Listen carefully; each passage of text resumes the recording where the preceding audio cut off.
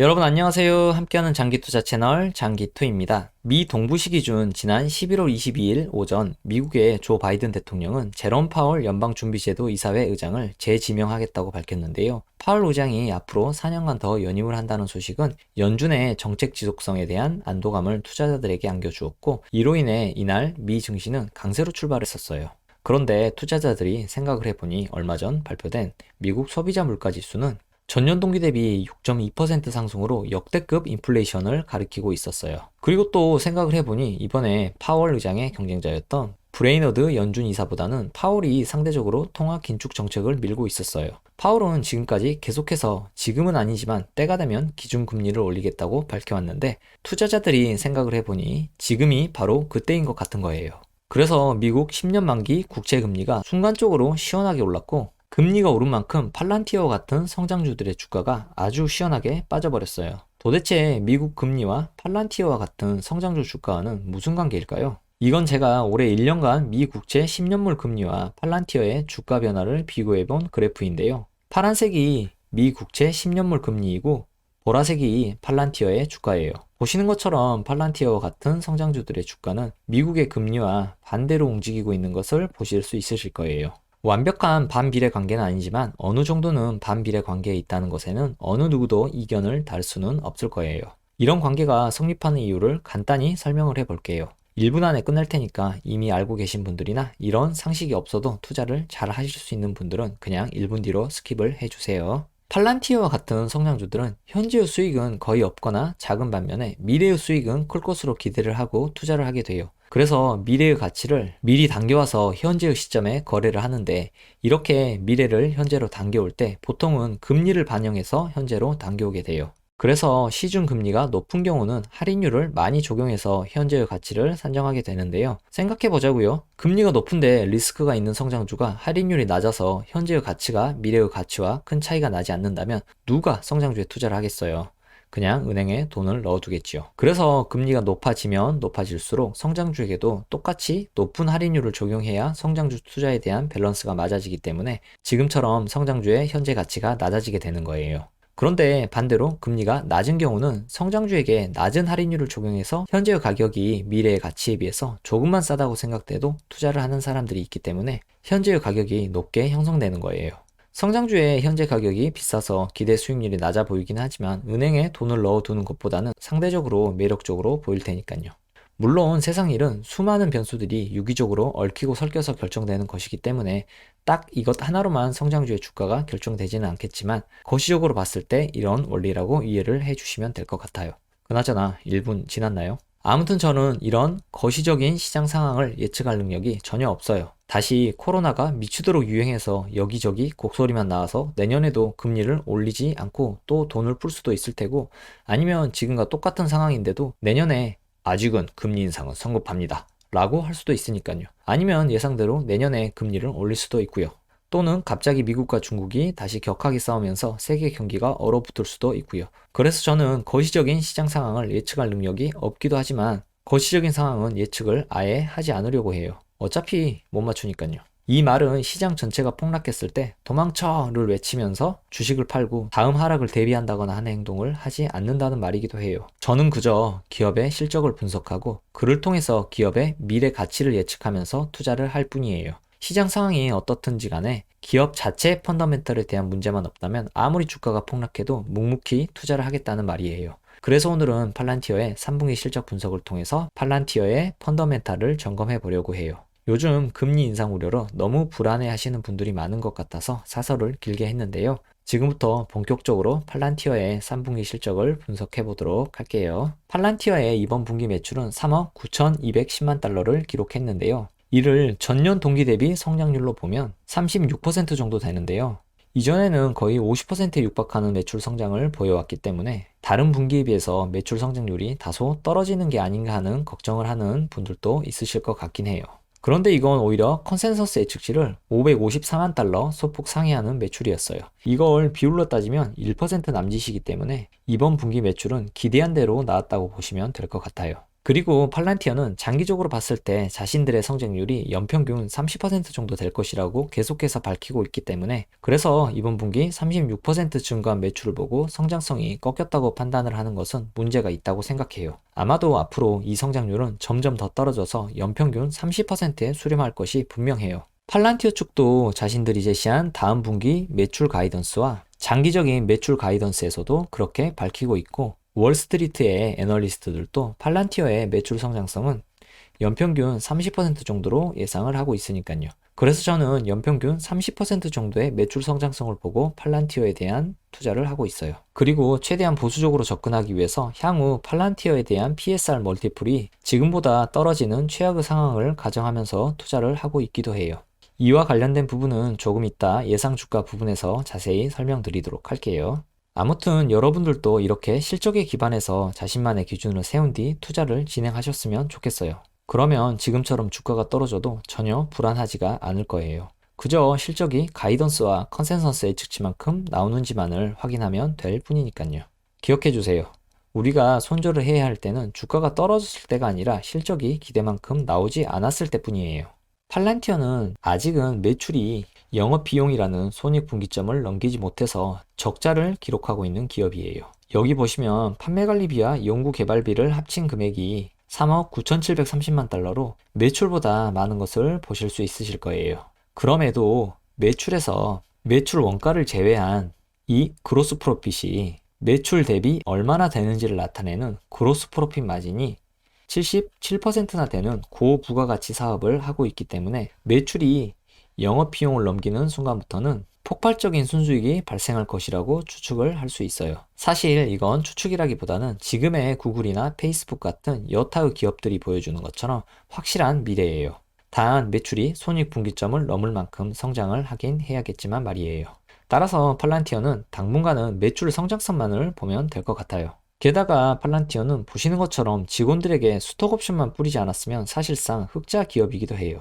이번 분기 영업적자가 9,194만 달러인데 스톡옵션 비용만 무려 1억 8,483만 달러를 지출했으니까요. 그리고 긍정적인 부분은 전년 동기에는 8억 달러가 넘는 스톡옵션을 지급한 것을 보면 점점 스톡옵션이 줄어드는 추세이기 때문에 이제 흑자 전환이 임박했다고 생각을 하셔도 될 것 같아요. 그리고 이런 주식 기반 보상은 옵션의 형식으로 지급이 되기 때문에 기업의 호주머니에서 바로 현금이 빠져나가는 게 아니라 손익계산서의 회계상으로만 비용 처리가 될 뿐이에요. 따라서 기업의 단기적인 현금 흐름에는 아무런 영향을 미치지 않아서 많은 돈이 빠져나갔을지라도 기업의 재무적 유동성을 걱정하지 않아도 된다는 장점이 있어요. 그래서 보시는 것처럼 적자를 기록했지만 영업활동으로 인한 현금 흐름이 2억 2천만 달러가 넘고 잉여 현금 흐름도 5억 달러가 넘는 것을 보실 수 있으실 거예요. 물론 투자도 화끈하게 받아왔기 때문에 적자 기업임에도 불구하고 부채 비율이 고작 12%에 불과하고 유동 비율도 413%로 유동성이 엄청나게 풍부하다고 생각을 하시면 될 것 같아요.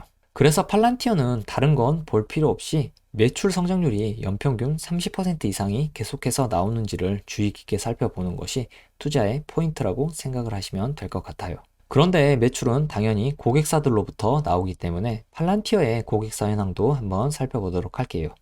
이번 분기에 팔란티어는 총 34개의 고객사를 추가했는데요. 특히 민간 부분의 고객사 수가 직전 분기 대비 46% 증가, 올 한 해 135% 증가라는 폭발적인 모습을 보여줬네요. 그동안 매출 의존도가 지나치게 정부에 편중되었다는 평가를 받아왔는데 이를 통해 앞으로는 민간 부분의 매출이 점점 더 증가할 것으로 기대해 볼 수 있겠네요. 참고로 이번 분기는 매출의 44%가 민간 부분에서 나왔어요. 그리고 이번 분기에만 100만 달러 이상인 계약을 54개나 맺었고 500만 달러 이상인 계약은 33개, 1000만 달러 이상인 계약은 18개를 맺었다고 하네요. 이번에는 조금 더 구체적으로 최근에 맺은 계약 몇 개를 살펴보도록 할게요. 팔란티어는 지난달 미 육군과 정보 데이터 구조화 및 분석을 가능하게 하는 Capability Drop2의 유일한 제공자로 선정되었는데요. 미 육군은 팔란티어가 제공하는 이 Capability Drop2 소프트웨어를 통해서 전장의 군대 정보 데이터를 수합하고 분석해서 전투의 효율성을 높이는 데 활용한다고 하는데 솔직히 저도 이게 구체적으로 어떻게 쓰이는지는 전혀 모르겠어요. 그런데 솔직히 이런 건 미국 안보와 관련된 극비 소프트웨어이기 때문에 전 세계를 통틀어도 아는 사람이 몇 없을 것 같긴 하네요. 아무튼 계약의 규모가 8억 2,300만 달러라고 하니까 꽤 큰 규모의 계약이고, 보안과 안보가 생명인 미 육군과 한 계약이니까 앞으로도 쭉 팔란티어와 재계약을 할 것 같다는 것과, 팔란티어가 Capability Drop to Software의 유일한 제공자라는 점은 팔란티어 주주로서 긍정적인 소식으로 보여지긴 하네요. 그리고 미 보훈청과 4년에 8,700만 달러짜리 계약을 맺었다고 하는데요. 참전용사와 그 가족들의 치료를 지원하는 계약이라고 하네요. 참전용사의 건강 데이터를 분석해서 적시에 가장 적절한 치료를 받을 수 있게 해주는 소프트웨어 같은 게 아닐까 하는 생각이 드네요. 그리고 코로나19와 싸우기 위해서 미 국립보건원으로부터 2년간 6천만 달러를 받았다고 하네요. 이건 백신을 적재적소에 배치하거나 관련 통계 집계를 돕는 소프트웨어이지 않을까 싶어요. 그리고 L3 해리스, 헌팅턴 인겔스와 같은 방산 기업들과도 계약을 맺었다고 하고요. 그리고 부품 공급 업체에서 전기차 충전 기업에 이르는 공급망 관리도 팔란티어 소프트웨어가 담당하고 있다고 하고, 미 의료보험, 미 국립의료원, 텍사스 대학 앤더슨 암센터, 미 보훈청 등과 계약을 맺고 3억 명 이상의 환자를 돌보는 소프트웨어를 제공하고 있다고도 하네요. 이런 것들을 봤을 때 팔란티어는 확실히 빅데이터 분석 소프트웨어를 통해서 세상이 조금 더 효율적으로 돌아가도록 도움을 주고 있는 기업임이 틀림없어 보이긴 하네요. 그런데 주가는 왜 이러는 걸까요? 팔란티어가 세상만 이롭게 하지 말고 제 주식 계좌를 조금 더 이롭게 해줬으면 좋겠는데 말이죠. 물론 이런 하락은 금리 인상 이슈, 매출 성장성 하락 때문이긴 해요. 그럼에도 저는 오늘 영상을 통해서 저만의 각종 이유를 대면서 팔란티어에 대한 긍정적인 뉘앙스를 풍겨왔어요. 그러면 이제 전문가들은 팔란티어를 어떻게 생각하는지 살펴보도록 할게요. 일단 최근에 나온 애널리스트 의견부터 살펴보도록 할게요. 일단 크레딧 스위스 그룹과 도이치뱅크는 보유 의견을 유지하면서 목표 주가를 25달러로 제시를 했네요. 그리고 로열뱅크 캐나다와 울프 리서치는 일단 목표 주가를 하향 조정했네요. 그런데 모건 스탠리는 22달러에서 24달러로 목표 주가를 상향 조정을 했어요. 이번에는 방금 봤던 애널리스트 의견을 포함해서 최근 3개월 동안의 애널리스트 의견을 종합적으로 살펴보도록 할게요. 일단 최근 3개월 동안 8명의 애널리스트들이 팔란티어에 대한 리포트를 내놓았는데요. 3개월 동안 그렇게 많은 리포트가 나오진 않은 것으로 봐서 월스트리트에서는 팔란티어에 대한 관심이 그리 뜨겁진 않다는 것을 알 수 있겠네요. 일단 8명 중에서 1명은 매수 의견, 3명은 보유 의견, 4명은 매도 의견으로 전문가들은 팔란티어에 대해서 매우 부정적으로 생각하고 있다는 것을 알 수 있겠네요. 그리고 이들이 제시한 향후 12개월 후 목표 주가는 최소 18달러에서 최대 31달러로 이들의 평균값은 23달러 정도로 형성되어 있네요. 그런데 컨센서스 매출 예측치는 계속해서 소폭 상향 조정되고 있기 때문에 전문가들이 목표 주가를 낮게 잡은 건 팔란티어에 대한 펀더멘털이 흔들려서라기보다는 금리 인상에 대한 우려와 예상을 뛰어넘는 실적을 보여줄 것이라는 과도한 기대가 충족되지 못했기 때문이라고 해석을 해도 될 것 같아요. 요즘은 실적이 기대를 어느 정도는 뛰어넘는 결과를 보여줘야 주가가 본전은 유지하는 분위기니까요. 팔란티어처럼 딱 기대만큼만의 실적이 나오면 주가는 박살나는 거예요. 그럼에도 저는 장기적인 투자를 지향하기 때문에 실적이 기대만큼만 나와도 만족하면서 투자를 진행하고 있어요. 기대만큼 실적이 나온다는 말은 기업이 사업을 예상대로 잘 하고 있다는 말이고, 이 말은 기업의 펀더멘탈이 견고하다는 말이니까요. 그래서 이번에는 전문가들이 예상해 놓은 컨센서스 매출 예측치를 통해서 예상 주가를 계산해 보도록 할게요. 저는 팔란티어와 같은 성장주의 예상 주가는 예상 RPS 곱하기 예상 PSR 방식을 사용하는데요. 이 방식이 잘 이해가 안 되는 분들은 제가 만든 위 영상을 참고해 주세요. 우리가 예상 주가를 구하기 위해서는 먼저 주당 순매출인 RPS를 구해야 하는데요. 이건 전문가들이 예측해 놓은 컨센서스 매출 예측치를 통해서 구하도록 할게요. 여기 매출에서 전체 주식수를 나눠주면 RPS가 구해지는데, 주식수는 팔란티어 3분기 보고서에 나온 걸로 계산을 해보도록 할게요. A주가 19억 주, B주가 9,700만 주, F주가 100만 주이니까 이걸 다 더하면 대충 2억 주 정도가 되네요. 물론 유상증자나 스톡옵션 행사로 인해서 주식수가 늘어나면 RPS가 줄어들어서 예상 주가가 내려갈 테고, 반대로 자사주 매입 후 소각을 통해서 주식수가 줄어들면 RPS가 늘어나서 예상 주가가 올라갈 테지만, 이건 제가 현 시점에서 전혀 예측할 수 있는 부분이 아니기 때문에 그냥 20억 주로 계산을 하도록 할게요. 참고로 제 개인적인 의견으로는 팔란티어처럼 돈이 넘쳐나는데 이제 막 흑자 전환을 앞둔 기업들은 유상증자를 할 가능성은 희박하니까 그냥 20억 주로 계산을 해도 그리 널널한 계산은 아니라고 생각해요. 그리고 스톡옵션은 몇백만 주가 튀어나와 봤자 전체 주식수가 20억 주라서 전체로 보면 큰 비중은 아니니까 그리 걱정하지 않아도 될 것 같기도 하고요. 아무튼 예상 매출을 주식수로 나눠줘서 구한 예상 RPS는 다음과 같은데요. 이 예상 RPS에 예상 PSR 프리미엄을 곱해준다면 우리는 예상 주가를 계산할 수 있게 돼요. 그런데 이 예상 PSR 프리미엄은 투자하는 분들의 투자 스타일에 따라서 기준점이 달라지게 되기 때문에 제가 하는 것은 그냥 참고용 정도로만 봐주세요. 팔란티어 같은 경우는 상장된 지 얼마 되지 않아서 과거에 장기적인 PSR 데이터가 없으니까 저는 팔란티어와 비슷한 기업들의 PSR 프리미엄을 통해서 예상 PSR 프리미엄을 추측해 보도록 할 거예요. 참고로 지난 1년간 팔란티어의 PSR은 20 후반에서 30 후반을 왔다 갔다 했어요. 그런데 지금 팔란티어의 PSR은 27배 정도로 형성되어 있기 때문에 작년 9월달 상장 이후 지금이 가장 저평가된 구간이라고도 할 수 있겠네요. 그런데 유니티는 최근에 기세가 대단해서 50배에 가까운 PSR을 부여받고 있네요. 그리고 도큐사인은 팔란티어와 비슷한 26배, 트레이드 데스크는 45배, 컴플런트는 62배의 PSR 프리미엄을 부여받고 있네요. 그래서 저는 최악의 시나리오로 20배의 PSR 프리미엄과 보통의 시나리오로 30배의 PSR, 최상의 시나리오로 40배의 PSR 프리미엄을 적용해서 예상 주가를 계산해 보도록 할게요. 그런데 S&P 500의 평균 PSR 프리미엄이 3배 정도인데 어떻게 최악의 시나리오가 20배나 되냐고 물으실 수도 있으실 것 같아요. 그런데 S&P 500은 이미 매출이 안정권에 접어든 가치주이기 때문에 이런 기업들의 평균을 팔란티어와 같은 성장주와 비교를 하는 것은 무리가 있다고 생각해요. 그리고 아까도 설명드렸지만 팔란티어는 그로스 프로핏 마진이 높은 소프트웨어 기업이기 때문에 다른 제조업들에 비해서는 PSR이 높은 것이 당연하다고 생각해요. 그리고 20배의 프리미엄은 지금 현재 폭락했다고 평가받는 팔란티어의 주가보다도 25%가량이 낮은 수치이기 때문에 저는 이 정도를 팔란티어 투자의 최악의 시나리오라고 보고 있어요. 그래서 아무튼 20배의 PSR 프리미엄을 적용한다면 예상 주가는 다음과 같은데요. 지금 팔란티어의 주가가 21달러 정도 되니까 이런 최악의 상황이 온다면 팔란티어의 주가는 2023년은 돼야 23% 남짓 상승이 있게 되네요. 그래도 은행 금리보다는 훨씬 나은 정도이니까 팔란티어의 성장성을 믿고 존버를 하게 된다면 결국에는 승리하게 된다는 점을 말하고 싶네요. 물론 성장주에게서 이 정도 기대 수익률을 참을 수 없는 분들이라면 팔란티어에 투자를 하면 안 되겠죠.